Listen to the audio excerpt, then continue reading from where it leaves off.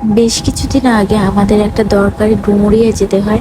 এর আগে কখনোই আমি ডুমুরিয়া যাই নাই। তো যেতে যেতে মাঝপথে একটা কাজ মানে আমাদের পড়ে যায়। এই কারণে আমরা ব্যাক করে আর ইয়ার দিকে যাই শাহপুর, দৌলতপুর শাহপুরে। সেখানে অনেকক্ষণ আমাদের ওয়েট করতে হয়। তো আমরা বসে বসে কি করব, বোর হচ্ছিলাম, তাই আমি এই ফিল্টারটা দিয়ে আমার দেবরের সাথে ফাজলামি করতেছিলাম আর কি। দেন ওইখান থেকে মানে ওইখানে একটা রাস্তা আছে, ওইখান থেকে হচ্ছে আমরা ডুমুরিয়া যাব। যেতে যেতে মানে আমি পুরাই অবাক, এত সুন্দর জায়গা খুলনাতে। মানে আমাদের যদি কাজটা কমপ্লিট হতো আমি অবশ্যই এই জায়গাটা গাড়ি থামিয়ে এখানে আমি নামতাম। মানে এটা দেখতেছি আর আমি জাস্ট অবাক হচ্ছি, খুলনাতে এত সুন্দর জায়গা আছে, বাট আমার যাওয়া হয় নাই। এরপরে আর কি আমাদের জায়গায় মানে যেখানে আমরা যাব সেখানে চলে আসলাম। এখানে অনেকক্ষণ টাইম লাগে। এর ভিতরে আমরা একটু খাওয়া দাওয়া করি, এই যেন চাচুর সাথে দুষ্টুমি করতেছিল, এই ফাঁকে ও এসে একটু খেলো।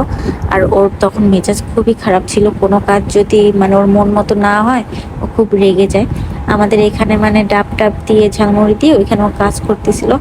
এরপর আমি একটু গাড়ি থেকে নেমে টুকটাক ভিডিও করি। এখানে ভিডিও করার তেমন কোনো জায়গা ছিল না, কিন্তু কি আর করবো, সব জায়গায় আমার ভিডিও আর ছবি তুলতেই হবে। আমি এখানে স্ন্যাপ নিচ্ছিলাম, কিন্তু আমার দেবর হচ্ছে ফিল্টার দিয়ে ভিডিও করা পছন্দ করে না, এই কারণে সরে যাচ্ছিল। এর ভিতরে ঝুম বৃষ্টি শুরু হয়, আর ওরা আমাকে রেখে একা একা চলে যাচ্ছে। আর হ্যাঁ, তখন আমাদের কাজ ভালোভাবে সম্পূর্ণ হয়ে যায়, এই কারণে আমার হাজব্যান্ড একটু বেশি খুশি ছিল তখন। আর এই জান ওর দাদু আর চাচুর কাছেই ছিল সারা রাস্তায়, ওখানে এনজয় করতেছিল। দেন হচ্ছে আমরা জিরো পয়েন্টে যাব।